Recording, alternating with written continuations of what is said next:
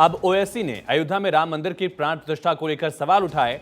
कहा कि भारतीय मुसलमानों से बाबरी मस्जिद को योजनाबद्ध तरीके से छीना गया है। प्राण प्रतिष्ठा से पहले असदुद्दीन ओवैसी का स्टेटमेंट, 1986 में ताले को खोला गया, बाबरी मस्जिद को हमसे छीना गया, ये कहना है एमआईएम चीफ का असदुद्दीन ओवैसी का। सुनिए। सुप्रीम कोर्ट का यकीनन फैसला है। सुप्रीम कोर्ट हमारे मुल्क की आखिरी एपेक्स कोर्ट है। टाइटल सूट था, तो टाइटल सूट में सुप्रीम कोर्ट ने ये कह दिया कि फेथ की बुनियाद पर हम ये जगह मुसलमानों को नहीं दे सकते। सुप्रीम कोर्ट ये भी कह दिया कि वहाँ पर मंदिर को तोड़कर मस्जिद नहीं बनाई गई।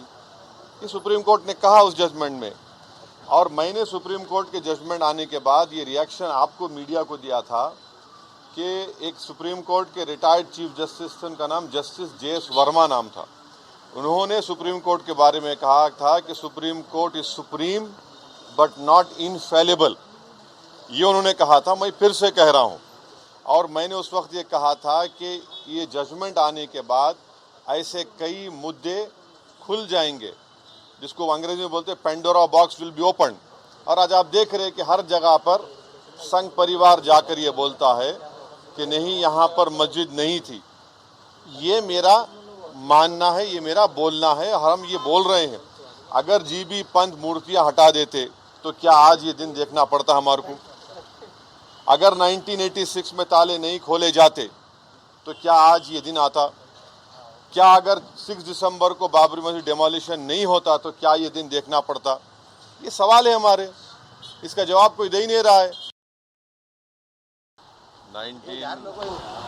जब जीबी पंत चीफ मिनिस्टर थे तो उस जगह पर 500 साल तक मुसलमान नमाजें पढ़े। कांग्रेस के जीबी पंत मुख्यमंत्री थे, रात के अंधेरे में उसमें मूर्तियां रख दी गई। मेरी मस्जिद थी, है और रहेगी। उन्होंने मूर्तियां नहीं निकाले। और फिर वहाँ पे कलेक्टर थे जिनका नाम था नायर। नायर साहब मस्जिद बंद करा के वहाँ पर पूजा शुरू कर दिए। और 1950s में नायर साहब जनसंघ के पहले मेंबर ऑफ पार्लियामेंट बने। फिर 1986 में लॉक्स खोले गए, बगैर मुसलमानों को सुने। बूटा सिंह शिलान्यास कर दिए। 6 दिसंबर 1992 को सुप्रीम कोर्ट को ये वादा करके बीजेपी संघ परिवार बाबरी मस्जिद को डिमोलिश कर दिए, शहीद कर दिए। और बीजेपी के पास ये मुद्दा कब आया? आपको मालूम? आप लोग मालूम बीजेपी कब उठाई? 1989 में पालनपुर में बीजेपी रेजोल्यूशन पास करी। विश्व हिंदू परिषद जब फॉर्म हुई, जब तो राम मंदिर नहीं था। महात्मा गांधी बोले क्या? महात्मा गांधी इस बारे में बोले, उन्होंने तो बहुत बड़े, उन्होंने तो हे राम बोल के मारने वाला गोली मारा उनको गोडसे, उनके जबान से ही तो निकला था। वो बोले क्या? नहीं बोले। तो ये पूरा एक सिस्टमेटिक तरीके से भारत के मुसलमानों से ये बाबरी मस्जिद को छीन लिया गया। देखिए, ओवैसी साहब के आज के स्टेटमेंट से लगता है कि उनको लोकतांत्रिक व्यवस्था पर विश्वास नहीं है।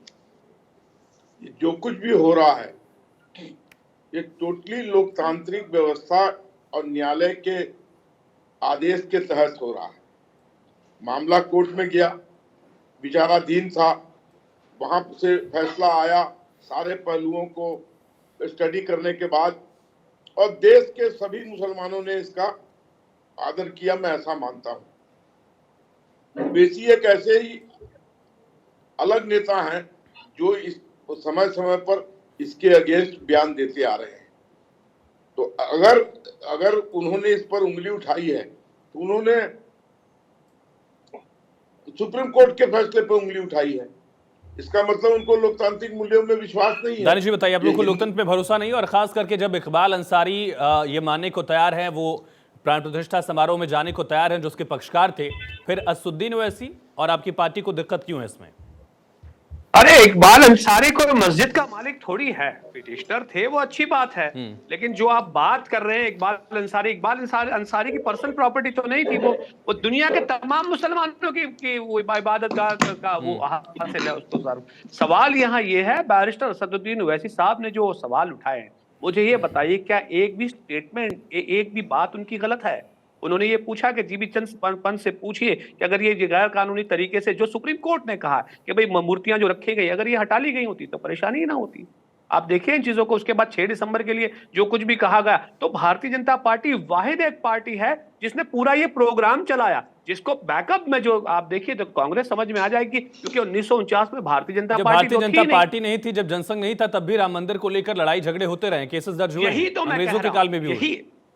यही तो मैं कह रहा हूं। देखिए 1934 में भी हुए थे, ब्रिटिश काल में। ब्रिटिश काल के अंदर में आप देखेंगे तो पता 19वीं चलेगा शताब्दी में भी हुए हैं, जब कांग्रेस नहीं थी उसके पहले से भी लड़ाइयां हुई हैं। अरे मैं वही कह रहा हूं, लेकिन उसके बाद क्या हुआ, वहां रिनोवेशन हुआ और उसके बाद इबादत गाह जारी रही, एक दिन भी वहां नमाज तो बंद नहीं हुई।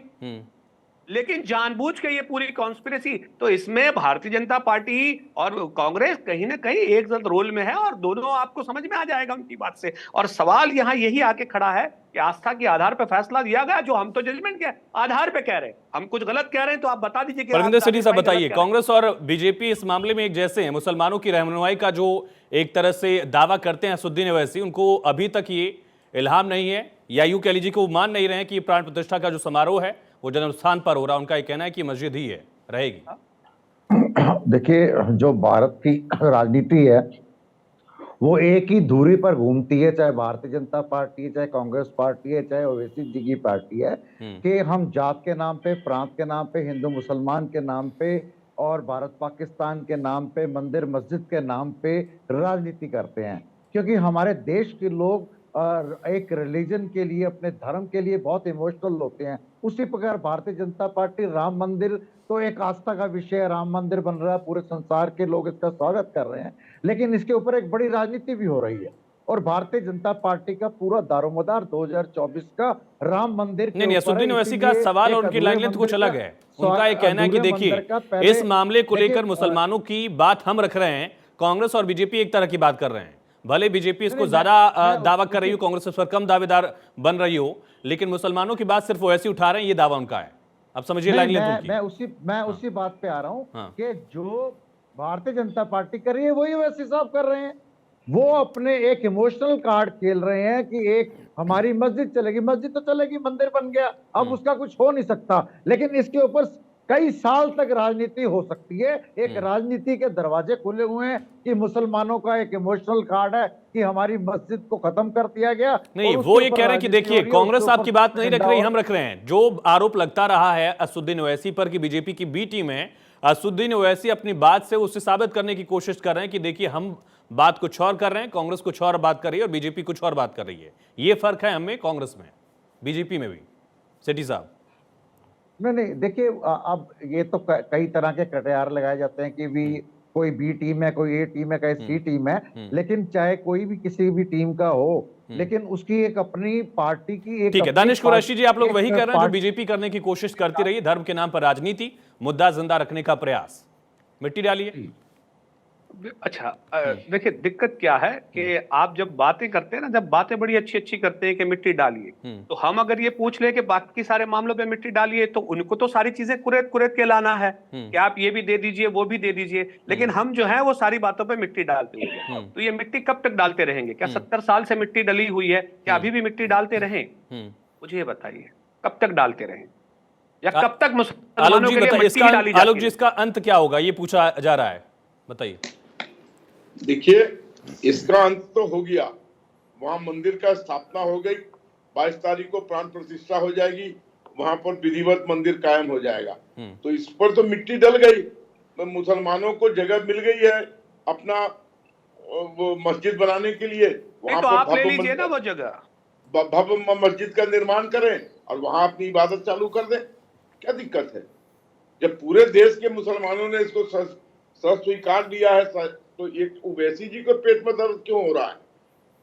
पूरे हिंदुस्तान के मुसलमान में तो कहीं कोई खलबली नहीं है इसको लेकर, सिर्फ ये ओवैसी जी रह के इस बात को गलत ढंग से उठाते रहे हैं। आज तो उन्होंने सिद्ध कर दिया कि मैं कितना लोकतांत्रिक हूं।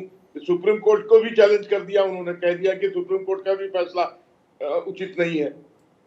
ये तो popularity gain, cheap popularity gain करने की एक कवायद है, इसके अलावा। ठीक है दानिश जी, बहुत छोटा सा रिएक्शन पर दीजिए, वक्त खत्म हो रहा है मेरे पास। देखिए, मैं तो इतना ही कहूंगा कि दिक्कत क्या है कि ये जो बातें कर रहे हैं कि मुसलमानों ने, ये मैं तो खुद आपके सामने खड़ा हूं, क्या मैं मुसलमान नहीं हूं? मुझे तो आपत्ति है और रहेगी। सुप्रीम कोर्ट ने फैसला दिया है, अपनी जगह है, लेकिन ऐसे हमारा तमाम जो मुसलमान रंग भी है तो वो हैं अपनी जो जगह इस फैसले रहेगा। को मान रहे हैं।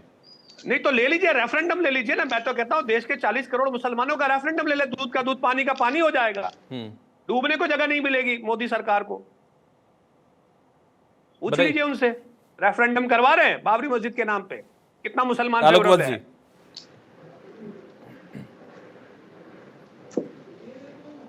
बस अब सुन पा रहे हैं आप हमें? हाँ, मैं सुन पा बहुत रहा छोटा हूं। सा रिएक्शन, सारे मुसलमान साथ नहीं, ये कहना दानिश कुरैशी का। कोई भी नहीं है, एक आध दो को छोड़ के जिनके विचारों के अपनी मजबूरियां हैं, वो अपनी जगह हैं।